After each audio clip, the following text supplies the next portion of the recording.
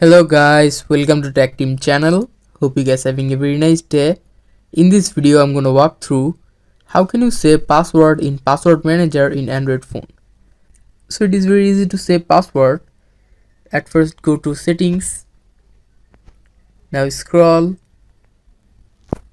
and go to Google.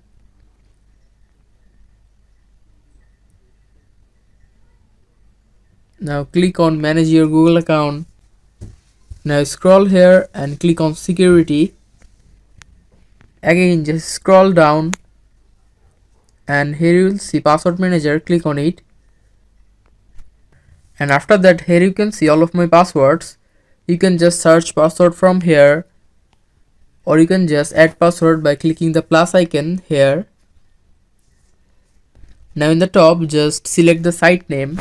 You can select app by clicking this, or you can just select the site name by www.thesitename.com. and after that just put your username, your password, and you can just also add a note. And after all that click the top right save, and by that you can just save password in your password manager. So guys, that's how you can do it. Hope you find this video helpful. If you find this video helpful, then give a thumbs up and don't forget to subscribe Tech Team channel. Thank you so much for watching the video.